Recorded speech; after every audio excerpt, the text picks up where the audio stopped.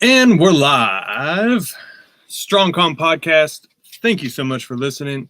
My name is Aaron Dunn, and Strong Com Podcast, this is your first time listening, is all about the calm, the strong version. Calm, C-O-M, is the root word that means together or in common. And I use that word as a springboard. We use that word as a springboard to talk about three subjects that I'm very passionate about, that I love helping people with. And that would be communication, online and off, community building, online and off, and how those two things work together to build a stronger company. Whether that's the company that you are building, like a business, or the company that you keep. Today, I've got a very special guest, and especially strong communicator in his own right, community builder in a unique way, and that is Gemini at Inimeg _ Gemini backward. It took me a while to figure that out, but that's who I have right in front of me. I can see him, you can't, because anonymity is very important when you're a graffiti artist. So this is a really cool opportunity. I'm really thankful for you being here. We're going to talk about graffiti through the lens of these three C's, strong, common, and how it can impact our community in beneficial ways. The challenges that might come about when you're a graffiti artist trying to come up, and just graffiti in general. It's just going to be a really cool conversation. So share with a friend, subscribe on your favorite podcast platform. I'm on YouTube as well. So like, share, subscribe. You know what to do by now. We're going to jump into it. Before we jump into the three C's though, I want to learn a little bit more about you, Gemini.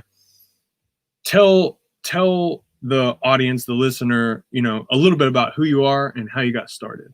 All right, cool, man.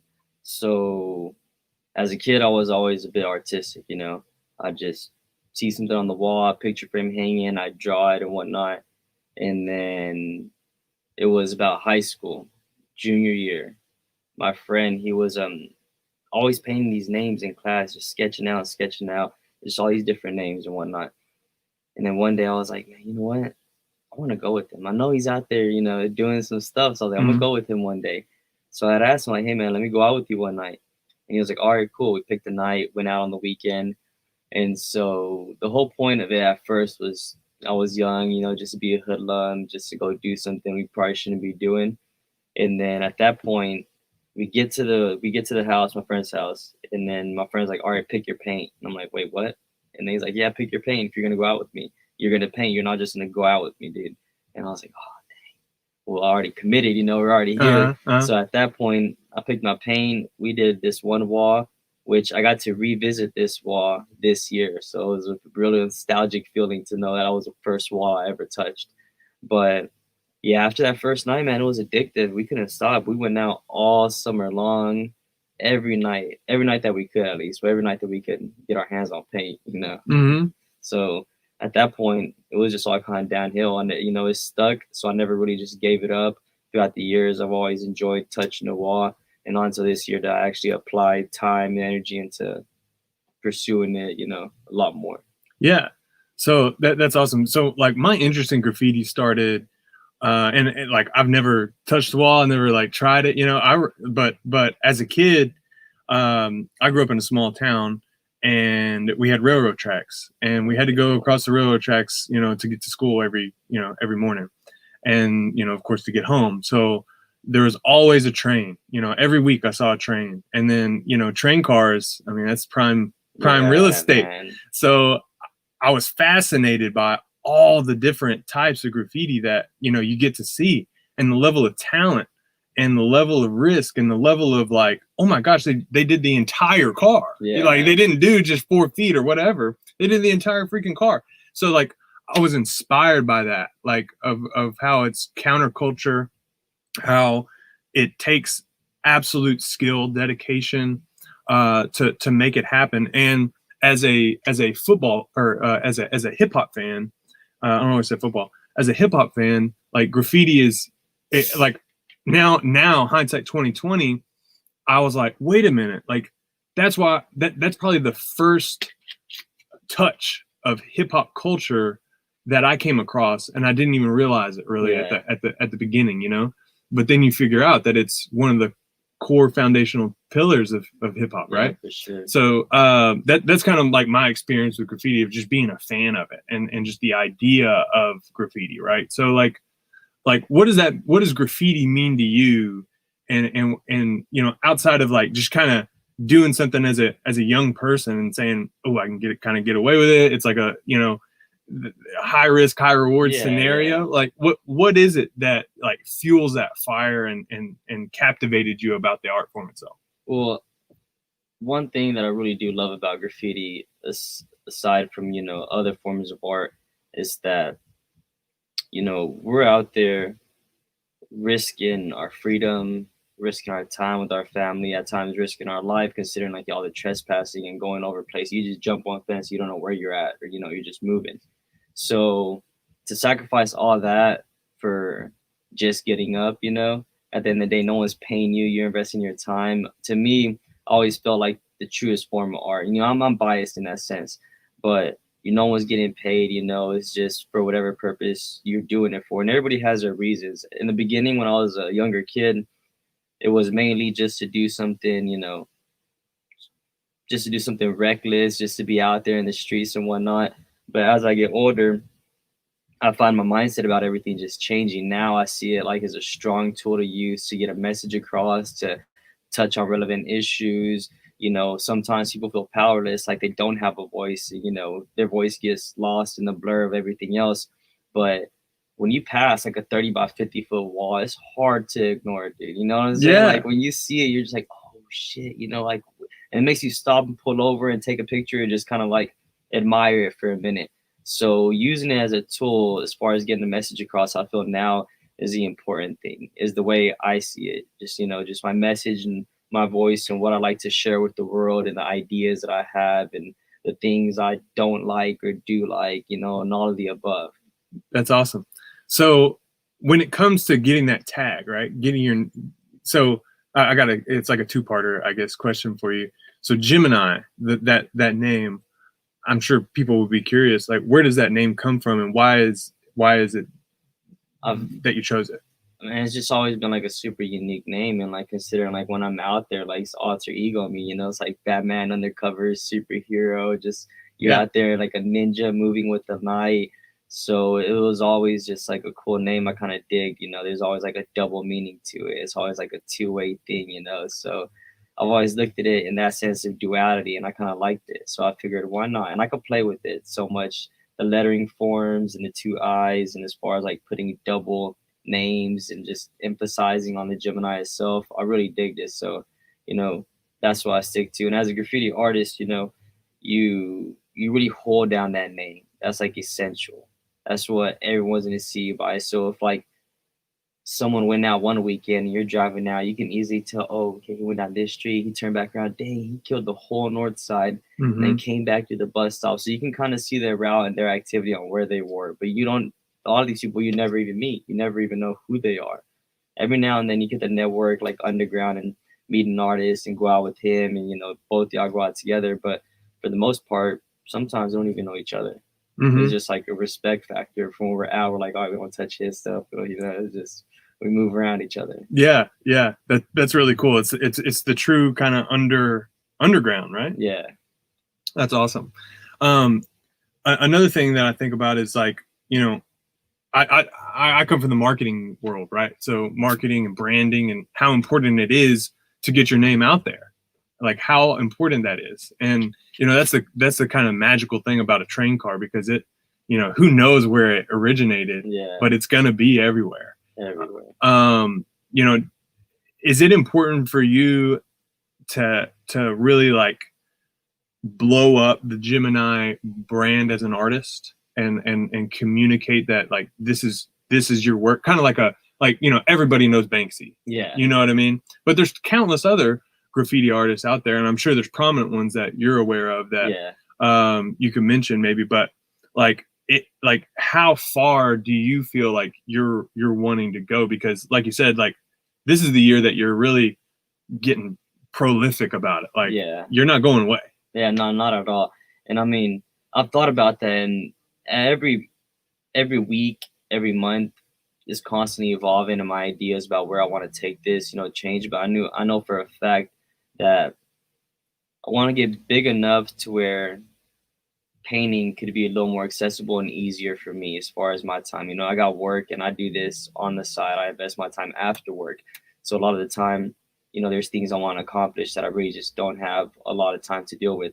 But for the most part, just enough to where, you know, maybe a sponsorship or something to where I can get paint easier, maybe for free sometimes, get to do little bit events and whatnot. That's pretty much as big as I plan to take it. And I'm not looking for any like international notoriety or anything like that for the most part, but the movement itself, I know for a fact that I want to be able to at least have it like to where headquarters for artists locally, to where I can acquire the walls and any artists that want to put their stuff up or want to take a shot at doing like a mural and have positive message, then I could just link them up with those walls and kind of have the whole cityscape just being painted at different times.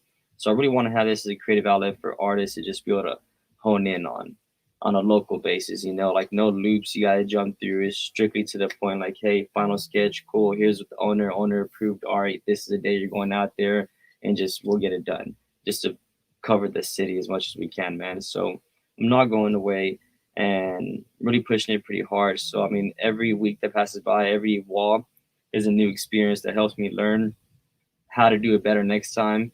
And a lot of the times, I feel I get a no a lot of the times, you know. But even then, learning from that and saying, okay, well, what went wrong there? How can I apply it better? What can I say better?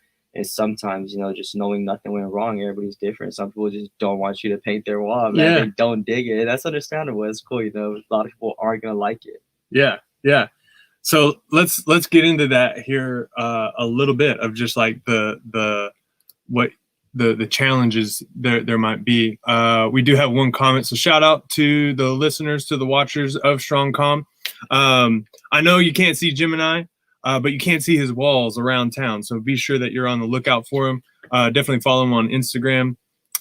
Ms. Garza says, "You're my hero, Jim," and that's a beautiful thing. So thanks for leaving a comment. If you have a comment, if you have a question for Gemini, definitely send it. We'll put it up here and I'll ask it to him and we'll get you an answer. So thanks for watching and sharing and all that. We're going to jump into the 3 C's. That's what this podcast is all about: communication, community, company.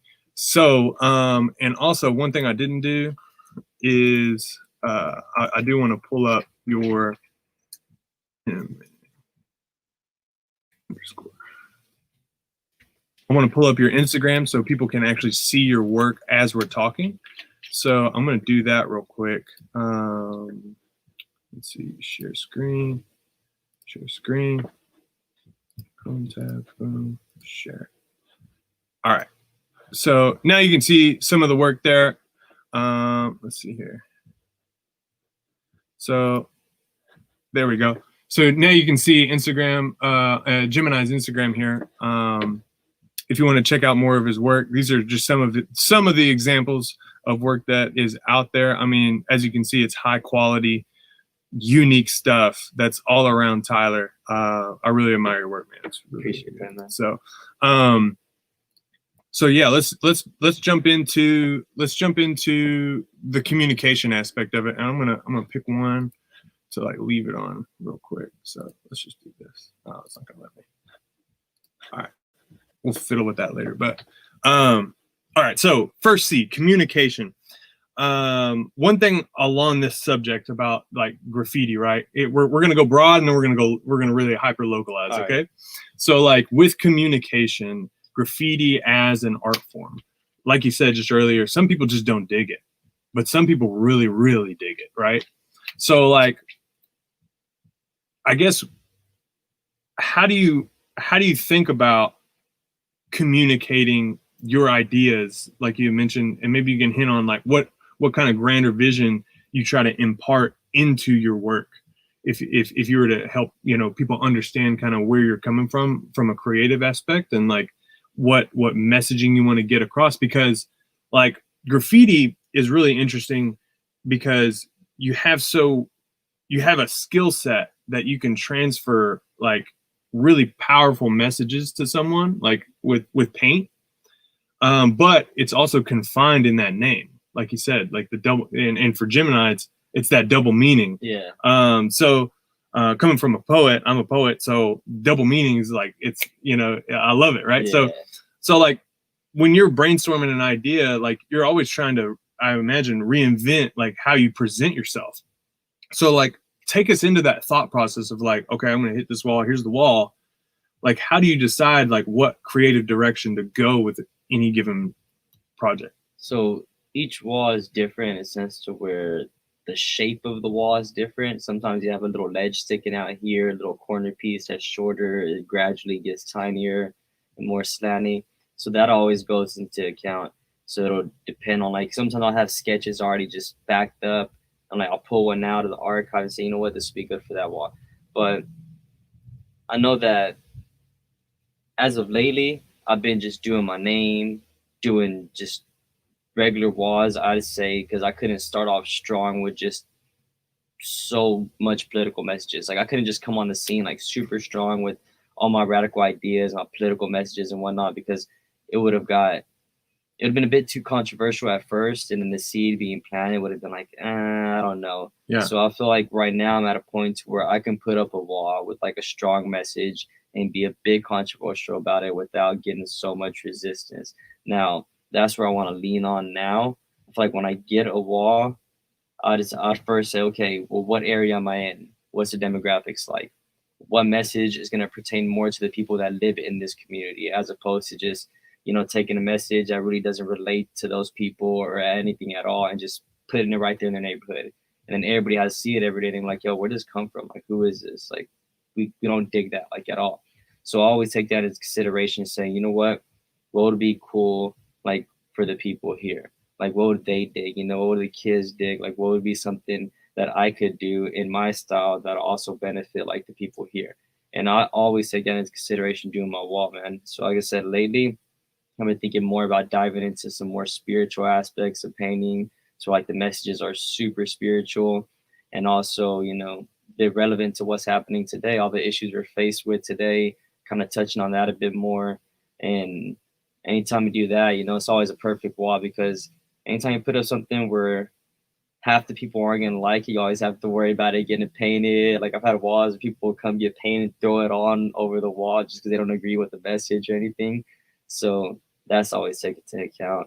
But I feel before doing any wall, man, you know, you gotta respect the space in the area you're in, you know your area and be real respectful about not leaving a mess, tidying up, you know, being careful with who sees what you're doing at that moment. So I always take that into consideration before doing the wall. See, that's awesome to hear, and that's why I really wanted to have you on here, because you can tell, like, as a passerby, as somebody who's followed you for, you know, months or what have you, since you've been real active on Instagram. Like once I realized, oh, this dude's like right here, like right next door.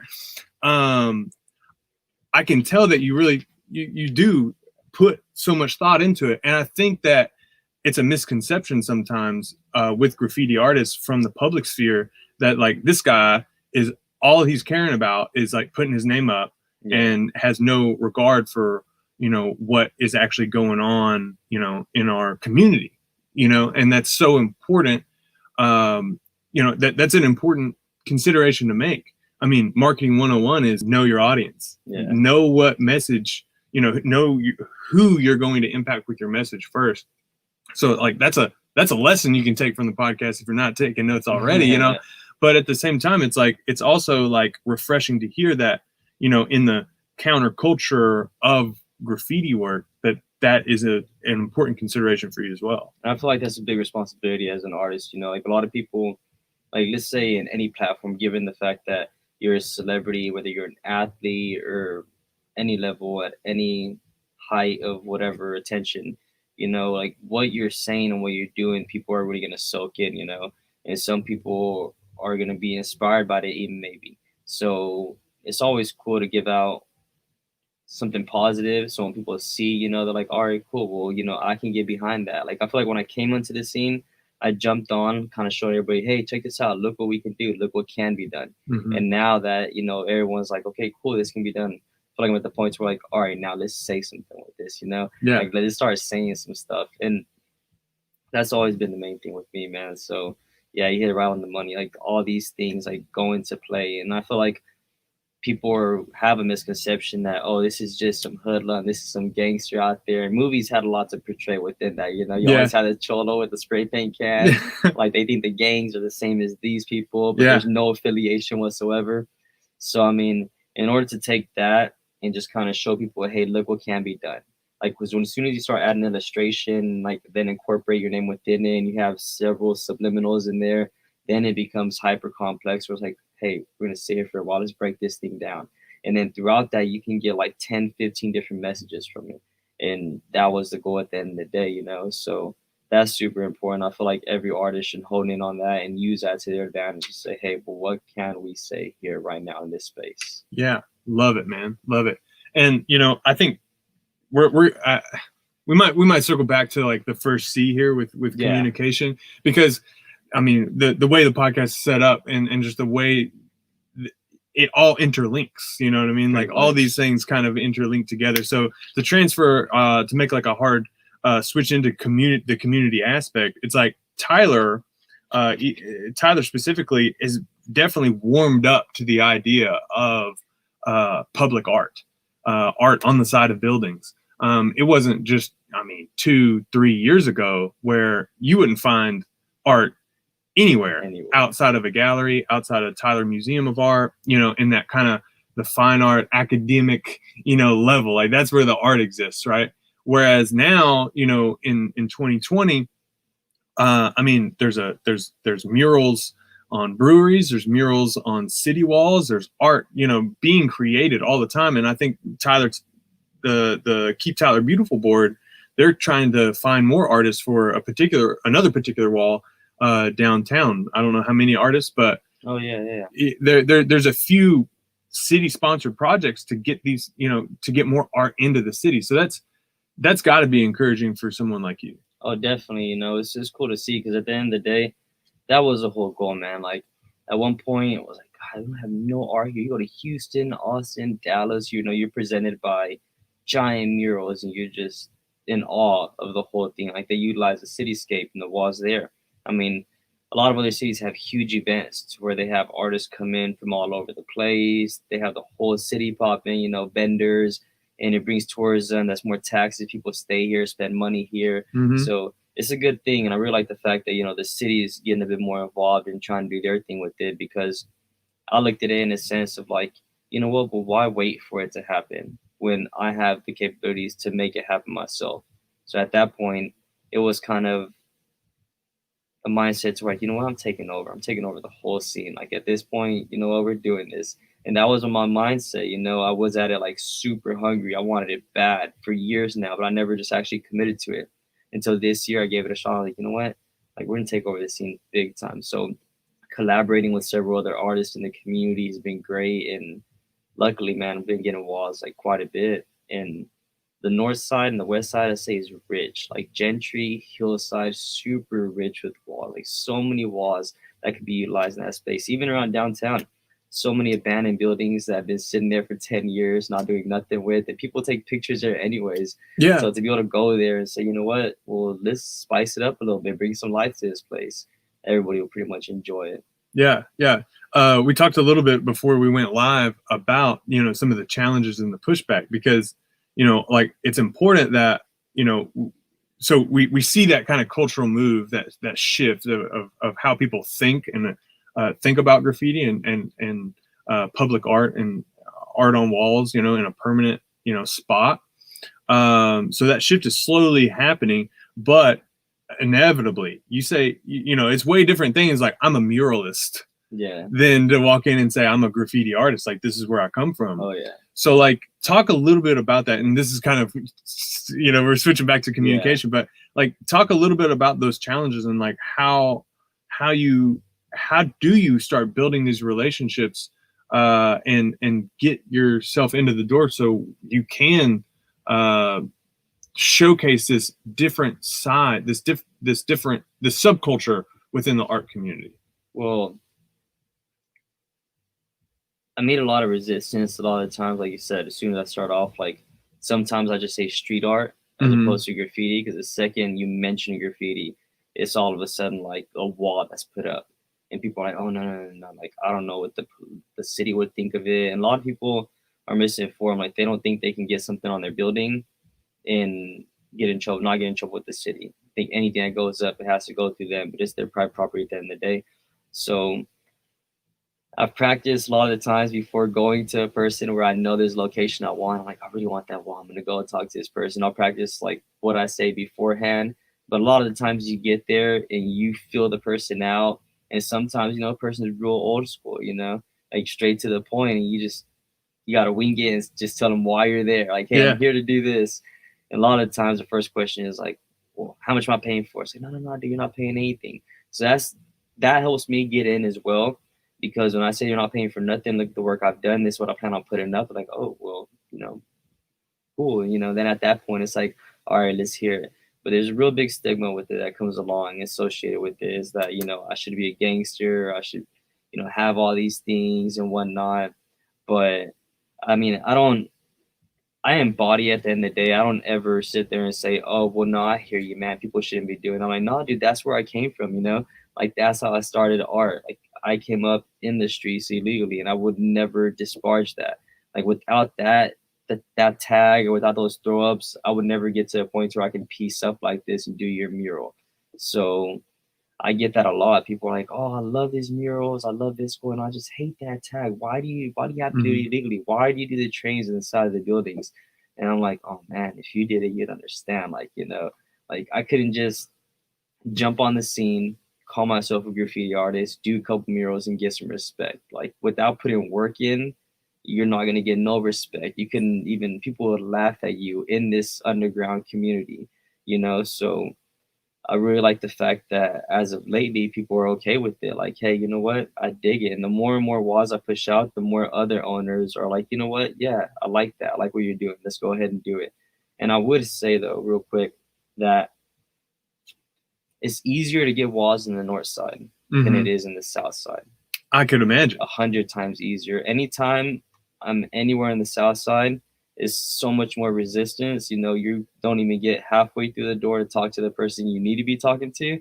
But in the north side, I can walk straight up to the owner. We can understand each other on a leveled basis, and then from there, kind of like, give each other a shot, or they give me a shot. And real thankful for it. At the end of the day, I make sure to clean up their space, take care of everything and stuff like that. So I would say that's the big difference. Because if you paint something in the south side, most of the time, by the next morning, it's gonna be covered over. But I could take you to the north side and show you tags that have been up for 9 years. Yeah. Things have been up for 7 years, like on all these corners of these post signs, and it's just the way it is. Yeah. What do you think? Like, it is the way it is. What do you think that cultural difference is? Do you think that, what do you think that cultural difference is? Honestly, like, is it based on the fact that like graffiti does come from like that street culture and the illegality, and like graffiti when you see it, sure. It's a style. It's a different style from, like, let's say people, like I said, people go back to the people associate gang tags with like graffiti, but all that is like an X, couple digits, couple dots here and here, and they're just like marking their spot, saying, hey, this gang is here in this neighborhood. But with graffiti, you can tell the style of lettering, the structures are different, tags are different, markers, all that good stuff.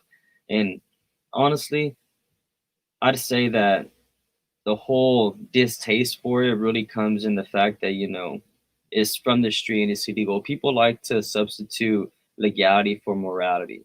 And I feel like a lot of times that's where we get confused, because some people, like, the fact that it's a law and it's even written down means, okay, that's bad. You shouldn't be doing it. If you do it or associated with it, then therefore you in turn should be a bad person that I probably don't want to associate with. And I find that mindset goes into it a lot.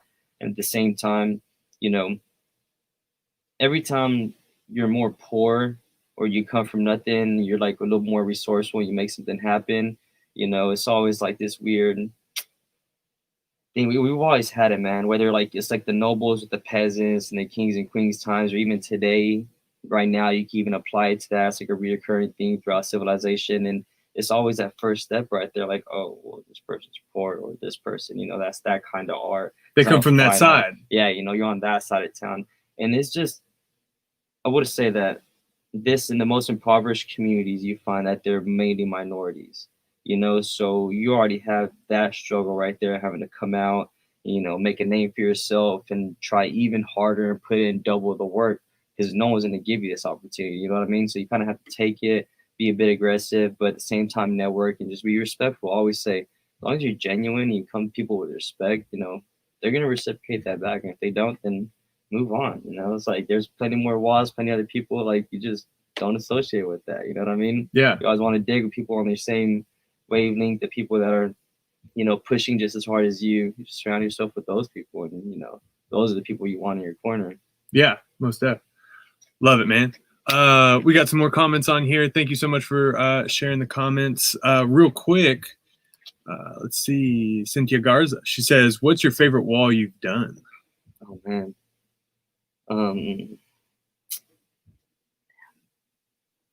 See, as of lately, I say that wall with Drake. Yeah. The Drake wall. Just because I was able to try out a couple of different things I've been wanting to try out lately, just the symmetry on it, the fact that, it was a close friend of mine. I've really just been focused on that one lately. Yeah. So let's talk about that, because and this is a beautiful. It is beautiful. It's amazing.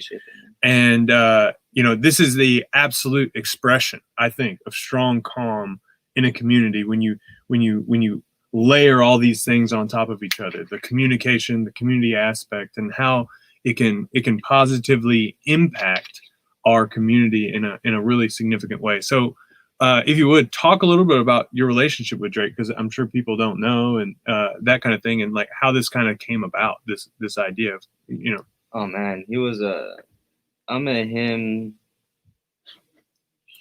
during high school. And this was like, I graduated back in 2010, 2009. 2009. So I knew him since about 2006 or 7. I'd say 2007, 6. Yeah. And he was my neighbor. He moved next door. And since then, we just spent countless nights on the front porch, just talking till 3 a.m. in the morning, just sharing each other's life stories about how we feel about the state of the world, where we're at in life, like our mistakes, our aspirations and everything. And so super deep talks. One thing about him is that when y'all spoke, it wasn't going to be just a pass of time. It was going to be some serious, like heart on your sleeve, like meaningful, genuine conversation. And even though he moved several times, he's always come to the house, just stop by. We've always been super close, man. And it sucked, whenever he had passed away. So when that happened, I was immediately like, you know what, man, we got to get a wall up. Like, we got to get a wall up. That'd be great. Like, so after that, I just started sketching, came up with something. And then shout out to Mundo for giving me the wall, man. Like, Mundo, Via Montes, like, he really came through. He gave me the space there, and everything was cool. So I really, really enjoyed doing that. And I was surrounded there by friends, mutual friends, people that we grew up together, that we've been through a lot of stuff together, some hard times and a bunch of other stuff. And we were all there just doing the wall. I was doing the wall, and everybody was there just to support, hanging out, having a good time, talking about Drake. So that time really meant a lot, and that wall really, really meant a lot. Someone got close and analyzing it. Right next to it, they put Beaners for Life, like right to the left of it, and it was close. So when I drove by, I was like, "Ooh, you got close, man! You got close," but no one went over it. Yeah, well, thank goodness. If you're curious to know where that wall is, it's actually right beside. I mean, it's very, very close to where we are now at Innovation Pipeline, but it's pretty hard to miss if you're on the right road. So yeah, and it just showcases the support that I saw after it went up. I mean, the impact of losing Drake. I never got to meet him personally. We did an event, a poetry event. He judged a poetry event that I was a part of, and it was cool to see him there, but we never got to chop it up. But I think many people, were touched by his life, just the way that he lived. He was an uplifting individual. And so to lose somebody like that in the community, it was hard for so many. It's still hard for so many people. Definitely. But to memorialize someone like that in such a unique and powerful way, I mean, you can't replicate it. Yeah, You man. know, so it's just it showcases how graffiti can be used in an enriching and legacy building and powerful unifying way. So I applaud you for that, and I hope other people see that, like, the medium itself is almost necessary to make sure that it all translates properly. Yeah, definitely. Because I know when I was doing the sketching out and the lettering for everything, I knew I wanted it to be something that he would just sit back and be like, man, that's fire. I really dig that shit. Like, hell yeah. So in doing that, I've been wanting to try his letters out, and I can just hear his voice in the background, like, yo, that looks clean, Jimmy. So I was just like, all right, this is it. This letter, this style, this color, it was his favorite color. Everything just flowed so together. Because I could have just like dressed it up and did some like little cursive writing and whatnot, made it look like a monogram or something. But no, I wanted it real raw, real, as authentic as possible, like utilizing, the brush stroke, the calligraphy, the style of lettering itself, the colors of the images and everything. And I mean, so many people go into that wall and take pictures. So many people go up there. Like, I get tagged in pictures from people coming in from Dallas or Fort Worth. Like, every time I pass by, there's always people there at that wall. So it was mind blowing to see, because to me, it was something small. It's something personal that I wanted to do. It wasn't for anybody else but for myself. And doing that and being able to see how people interacted with it, I was like, oh shit, dude, that was a big deal. Like, the more and more I look at it, and the more and more time passes by, I realize like what an impact it had, as opposed to just me trying to be humble about it. Like, it was just something I did, but it sets in afterwards. I'm like, oh dang, that was pretty cool. Definitely. To keep talking about the local ones, the one that I got to meet you at, let me see, I gotta scroll right here. I got to meet you at, is it on this one? The top one in the middle. Yeah. Okay, so I can't zoom in, but this one right here, right by Rudy's barbershop, on his wall. Talk about that one a little bit, because I definitely got some questions. Okay. Yeah, so Rudy's wall, man. Oh, Rudy came through. Super cool about it. He's a super great guy, man. Like, I'm glad he gave us opportunity for this. It was super cool. I had approached them, and I didn't really know Rudy. I mean, we knew each other through mutual people, but to say we sat down, had an introduction, and talked, never. I remember walking into the building one day. I called him over the phone and said, hey, I seen your building. I like this wall. Let me paint something. He's like, we'll meet up sometime. We met up, and then we just sat and talked about it. I was like, hey, these are these artists. We want to collaborate, want to get on this wall. And then he's seen a couple stuff. I sent him some sketches. Like, all right, cool, let's do it. And then like a week before we did the wall, he said, hey, well, guess what? It's my birthday. It's the anniversary for the shop and this and that. He's like, let's just make a thing out of it. And we were like, you know what? All right, cool. I'm down with that. So then he networked with his buddies, had some tacos and stuff. They were good, by the way. Yeah, man. Taco Kings. Thank you for sure, man. They got great tacos. So they had came, and it was a cool little event. I mean, to be able to show people this type of work and for them to enjoy it and see them as you're doing it. Because all the times we do this, nobody's around. Like, nobody. It's just you and the homeless guy next to you, or it's just you and the guy out there with you.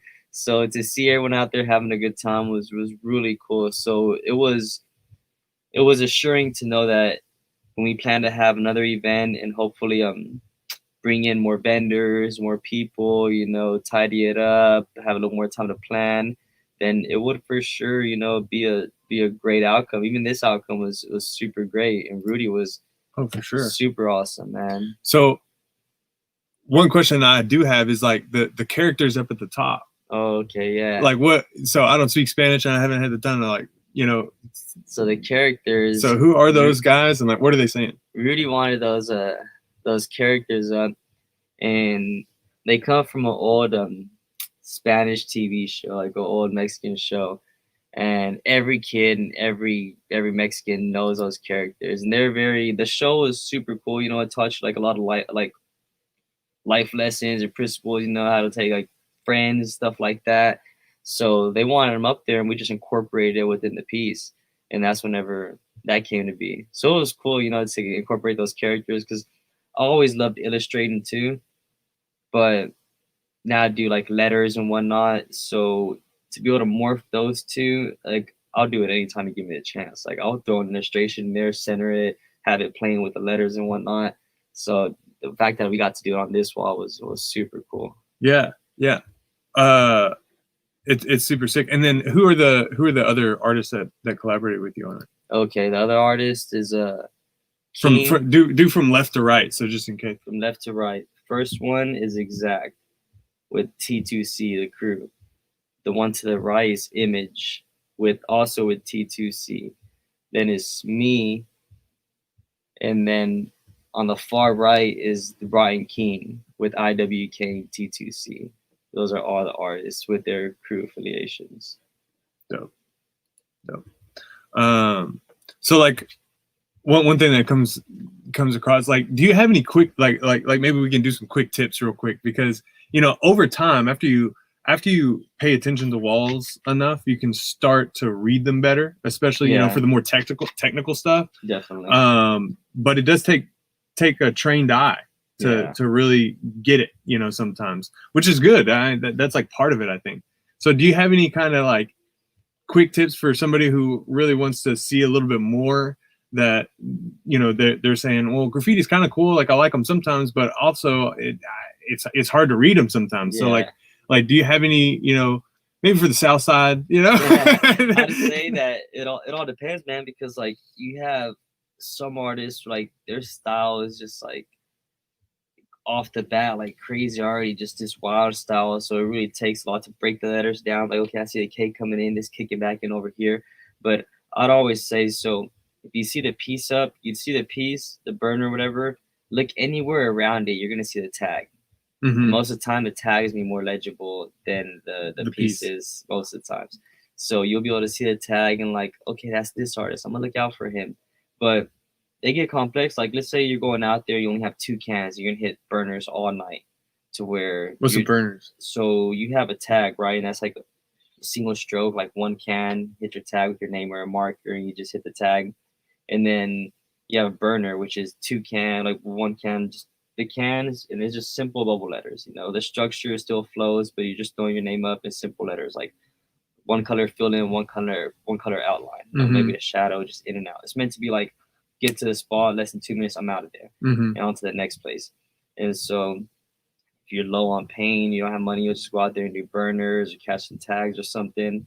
But then from the burner, you go up to like a piece. So like, so tag, throw up, burner, gets a little more color on it from the bubble letters, gets a little more technical. And then you have the piece, which is super technical. Then you have your giant mural.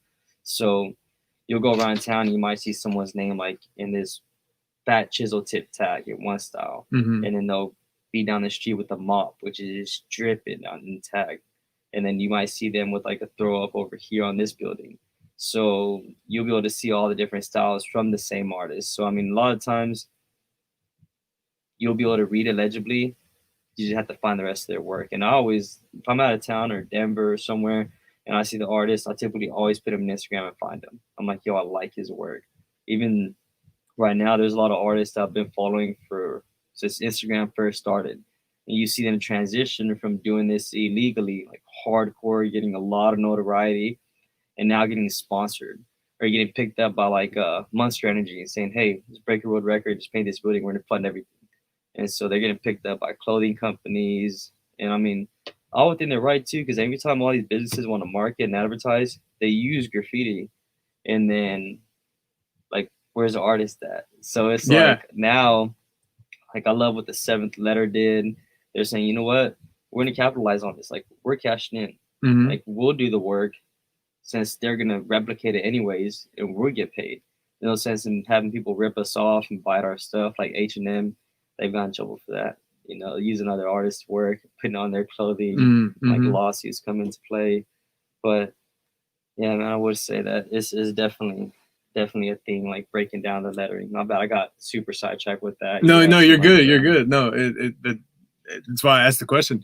But you touched on something really important that'll help us transition into the third C too, which is company. And like, one thing that we're seeing within our local community, and I mean, like you said, earlier in our conversation, is just like when you go to these different areas, Dallas, Austin, Houston, the bigger metropolitan areas, you see graffiti as tourist like attractions. oh yeah, And especially in the hip hop community, I mean, like Big Crit has like 10 murals of him and stuff, like in different places. 2 Chainz has murals on some of his buildings of like his kid, and yeah, and like really big pieces. And then you think about like I love you so much, that simple line over in Austin, that's world famous at this point, yeah, just from the simple to the absolute like complex. And then George Floyd and all these other different types, they become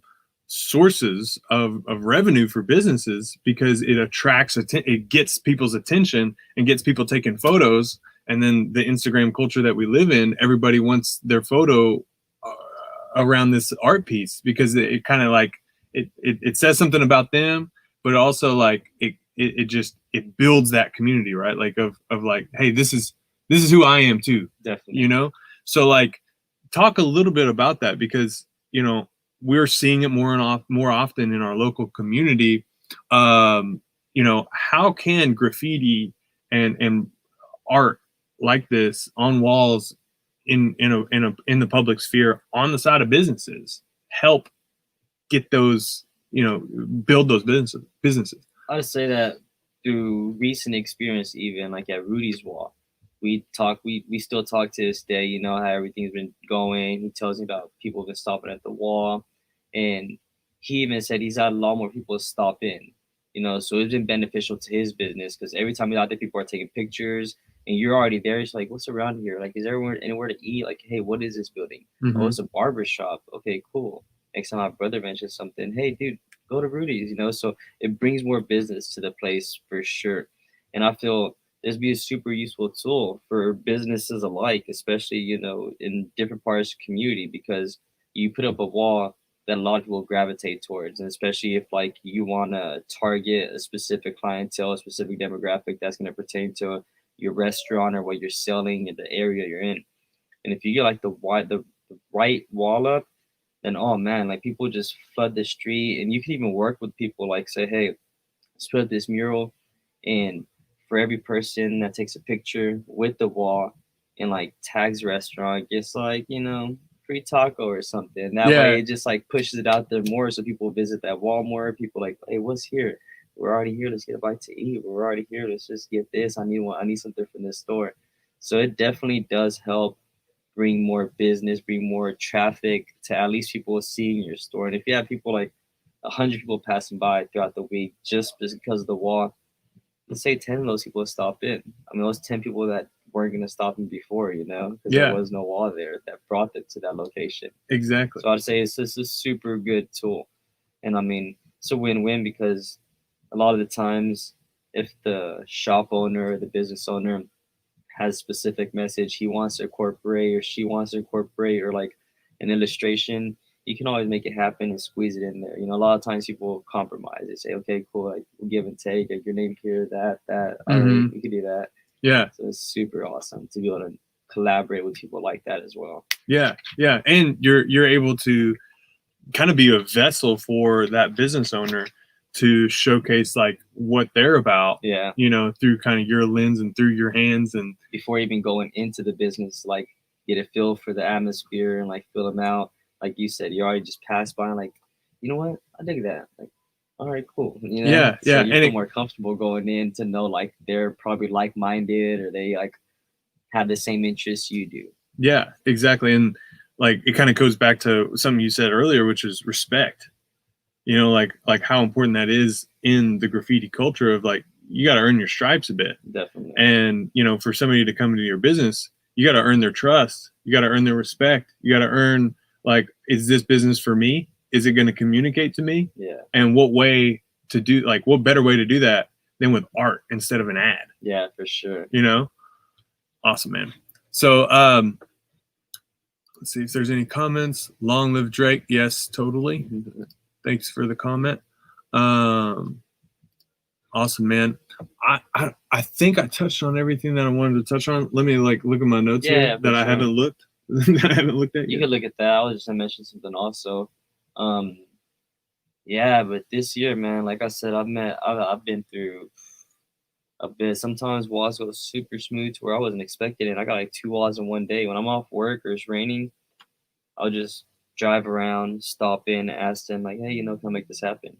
But twice this year, I've been under investigation. And it's crazy because before I would go just on a word to word basis. Like, hey, you gave me the verbiage, like the verbal, like, okay, I'm gonna go with that.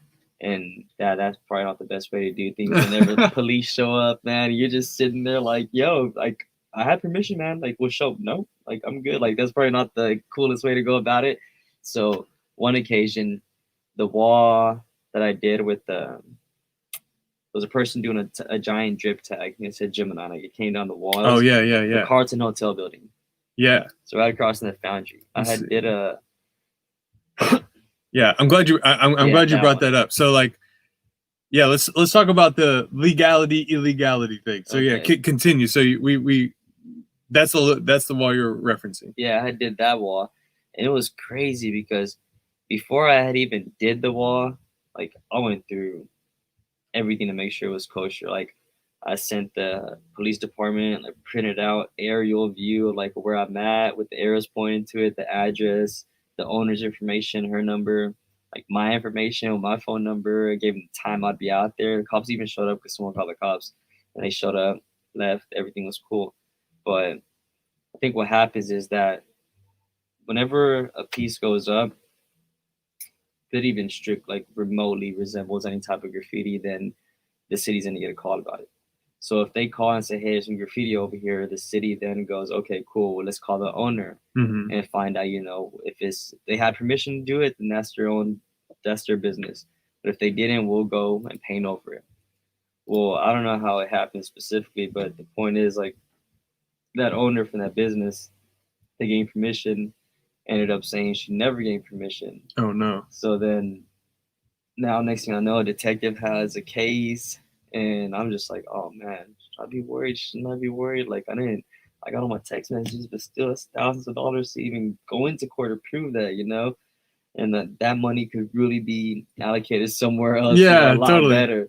But that happened, and at that point I kind of learned, I was like, you know what? Screw that. Like permission slip. That's what's up. Every time we're gonna sign it, signature, location, everything. There's no confusion about it.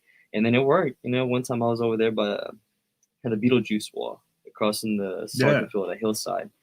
And so, yeah, the far left, that one. Yeah. So we were there that night, me and King, and then cops showed up, put out the permission slip. They're like, all right, cool.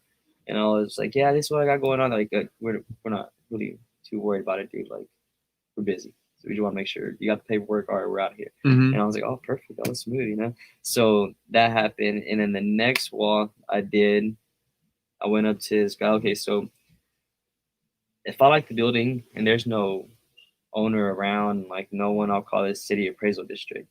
And then from there, they give me the information of the owner, maybe an address. So then from there, I'll drive to Chandler, like the south side, wherever the dude's at. And I'll pull up to his house, check this out, dude, let me paint your wall, man. And so I did that to this one guy. And he was super cool, old school dude. So I asked him, everything was cool. I was like, all right, here's a permission slip. He's like, I ain't signing that. Yeah. He's like, I gave you my word. Why do I have to sign that piece of paper? And I get it. He's old school, man. People back then, when they said something, that was their word. That's what you trusted them by. Like you had to back in that day. No cell phones, no internet. When you said something, that was it. Yeah, it's a handshake. So I was like, all right, I get it. And then I stick my phone in my pocket. I started recording. And I was like, hey, so again, is it cool? I dropped the address and the verbiage. I dropped everything. Like, yeah, that's fine. I was like, all right, just, cover my ass. Then I went to go do the wall. The police showed up. Code enforcement showed up. Like, it was like big deal. They had called the owner up. And then the owner was like, nope, never gave permission, kick him off the property. So we got kicked off the property mid-piece, like midway, dude. We were doing it. And I was like, oh, man. But I think what it is like, to be honest, some of these minority owners, like in this side of town, aren't well educated about their rights, about what rights they have as a citizen, about what rights they have as a shop owner within the city. Like that information is just not there. So as a business owner, whether you have a language barrier, whether you're worried about this or worried about that, you get a call from the police department, code enforcement. It's not going to be like, oh yeah, everything's cool. Yeah. Like it's just like, hey, we got a question about this, but to them, it's like, you shouldn't be calling me. Yeah. So to them, I'd imagine, like I said, I don't know, but this is just my thought process. They're like, yo, I don't need no problems. No, I didn't let them, because they automatically assume they're going to get in trouble. Yeah. But the police in the city is just curious. So from there, it's like, no, get off the property, you're trespass. And that's happened a couple of times. So now it's just strictly paperwork. You can't hide that, it's just, that's how I go about it.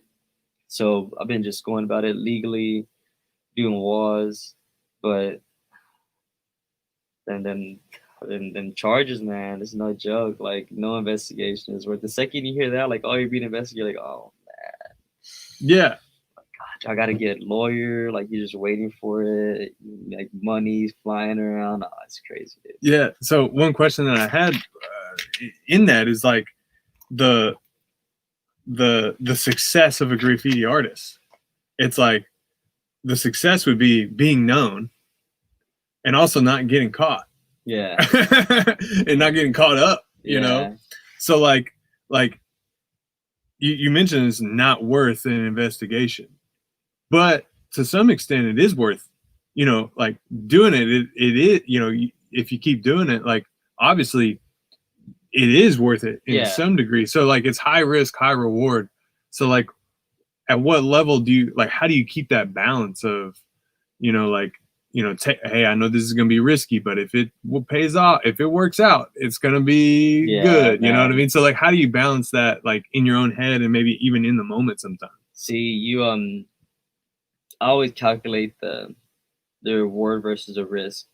And sometimes, like you said, it's just too good to pass up. You see a golden opportunity and, you have a tendency to play it safe through self-preservation and, staying out of jail and doing this, whatever the case may be.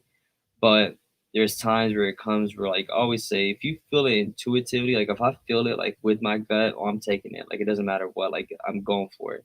And those are the times where it's come out the best. And I've actually had an enormous amount of success, So I would say, yeah, you're right. It is worth it because at the end of the day, it's exposure and, you're getting yourself out there. So let's say one time, this was back in 09, 08, but a billboard was hit up off the bridge of 5th and Beckham. The billboard was hit up, and after that billboard was hit up, everyone knew about it. I was like, oh, that billboard, So it's kind of like, oh, dang, like whoever did that billboard deal was on top of the world at that point. It's like so much credit and stuff like that. You make it into magazines and stuff. More people start seeing your work. So, you took a risk, but it paid off like crazy. So even now, like I take that into consideration when I do this. So it's like, man, I got a reputation to uphold. I'm really trying to do a law. I'm really trying to get out there. But I do this right now, so it's just back and forth, but it ends up leveling itself out. Like you said, you're not going to reach that level if you don't take that risk. If you just always play it safe, at the end of the day, when that's all you're going to have, like the amount of work you put into it is what you're going to get out of it. So I treat it like that in a sense, because I try not to let up, people like get complicit within like a small level of success. It's like, you know what? Yeah, it's pretty cool. But I say just never be satisfied, man. And that's the way I treat it. I'm just like, I'm never satisfied. I could have been better. It could have been a better spot. Like we could have done this bigger. Like we could have came higher with it. Like, so I'm always hungrier and hungrier each time. That's awesome. That's awesome. And I think that's why, that's definitely why I wanted to have you on this podcast, because this is the podcast for people like you that think on levels of there is no limit. Yeah. The only limit is the amount of work and skill and dedication that you put into it. And that you've got more in you. And so you answer that call Definitely. And that's the beautiful thing, I think, is the fact that you're working it out, and you're breaking the barriers. You know what I mean? I feel like, I'm sorry, I didn't mean to cut you off. No, you're good. You're good. I feel like a big factor within that all too is just being patient, because most people, like, we're used to instant everything, instant this, instant that, the press a button, instant results for this. But in most cases, it's not always overnight. You got to put mad work in, like a lot of work in, to even reach a small point to, like, you know what, okay, this was cool, but now we got to put more work in. And people expect to do something overnight, just like, okay, cool, it blew up, like, all right, just kicking back. And it's like, no, like, once you reach a certain goal, you just got to push towards the next one and continuously push.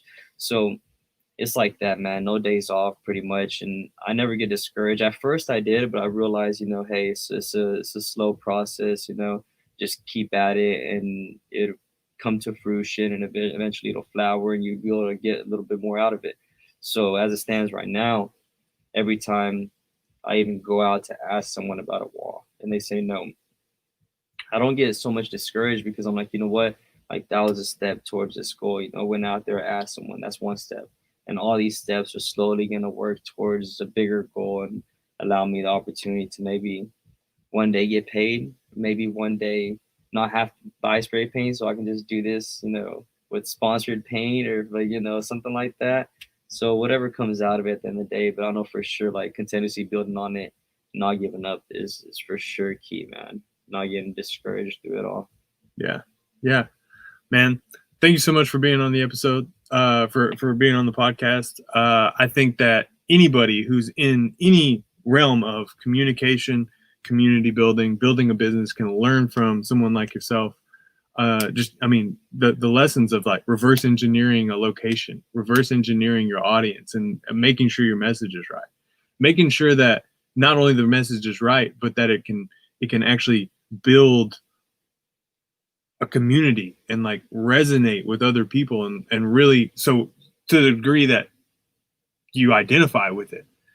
And then to that next step of, like, once those things happen, it can build business. It can create a path for monetization, for successful career, and for that, like, that ceiling above you to be broken. Yeah, definitely, man. And I'm excited for all of that as well. I would say though that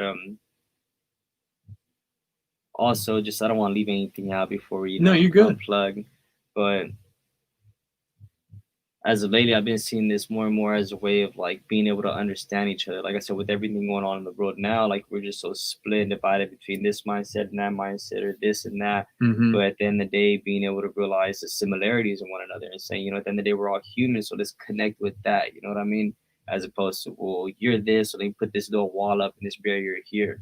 So really been wanting to push out more thought-provoking art, more walls to where, like, you're slightly uncomfortable. That makes you question, like, well, why am I comfortable? That's the truth. Then why do I feel this way? And kind of make you self-reflect, especially in areas where problems are pretty prevalent right now. So that's something I want to push towards more lately. And after these walls, I've been getting a lot of messages from other artists want to collaborate, and that's beautiful. That's the way I set this up. One of the reasons why I set this up is that there's a lot of walls and opportunities out there, and there's so much talent in this community, like, so much creatives out there that have the ability to knock this out. But sometimes, due to, like, their economic struggle, or, like, where they stand, or, like, how they come up, they're not presented certain opportunities. And to be able to give a kid an opportunity, maybe before he even gets out of school, to say, hey, this is my portfolio, this is what I've done, this is what I've accomplished, like, now get paid. Like, you can go out there on a weekend and knock out, like, some commissions or something, or do something big on that scale. So been working with a couple artists lately, and hopefully we got some walls pushing out with them, so I can showcase some other artists and get some of their stuff bouncing around. So yeah, that, and there was one other thing I wanted to touch on. Nah, man, I lost it. Oh, that's good. Yeah. So you're hinting though at, like, what's next. So do we have any other walls that we can maybe? I imagine you don't want to like say locations perhaps right now, but, like, is there another one that is already booked that you're like, I'm ready to take it down? There's a couple, yeah. I would say, like, Vine Street. Look out for Vine Street. or by Dragon's Breath. And right now I'm coming from Hillside and going down Gentry. So I'm focusing on Gentry right now. There's a lot of walls down there that are promising. I was just out there last week talking to some shop owners and really want to move into that area as well, because I feel like I have a lot to say in that area too. You know, like right there in that specific demographics, like there's a lot to be said in that area that I know that people would appreciate and really stand behind. It'd be a positive message. So those walls over there really, really want to be touched, man. So just look out for that, and just some other stuff in the works right now. But here soon, you know, we'll be able to drop some information. I'm pretty excited about this year and what's to come and how we finish the year and how to build for an even better one next year. Awesome, man. Well, thanks for watching the show, for listening to the show. If you've got any other, if you want to follow Gemini, I highly recommend that you do. Definitely visit this Instagram page right here. Also at a wall near you, yeah. Yeah, wall near you is the the page for the movement, and that's my personal account. Yeah. So on the wall near you Instagram, it would have every artist piece that has touched the wall Tyler that came through the movement. You know, like if I allocated the wall and gave it to an artist, then that would come up on there. Yeah. A couple of these walls, like I said, had to go down. That one with that girl on there, that one had to come down the next day. The one to the right came down. Still working on trying to get this public wall, man. Hopefully here soon. I'm really close. I feel, but it's massive wall, and we're trying to get it to open it up like with graffiti rules. So basically anyone can go anytime, no permission needed, paint whatever you like within the confines of, like, you know, there's kids there, so just obvious things. But aside from that, anyone can go over and paint over your stuff. It's always like, well, if your stuff is super fire and complex, no one's gonna touch it because they're not gonna ruin something that took you 8 hours to deal with 2 seconds of a stroke. So hopefully we get that going off soon, so more kids can, you know, pick up a can or pick up this medium and just be able to hone in on that if they'd like to. Just kind of pursue that as a creative outlet.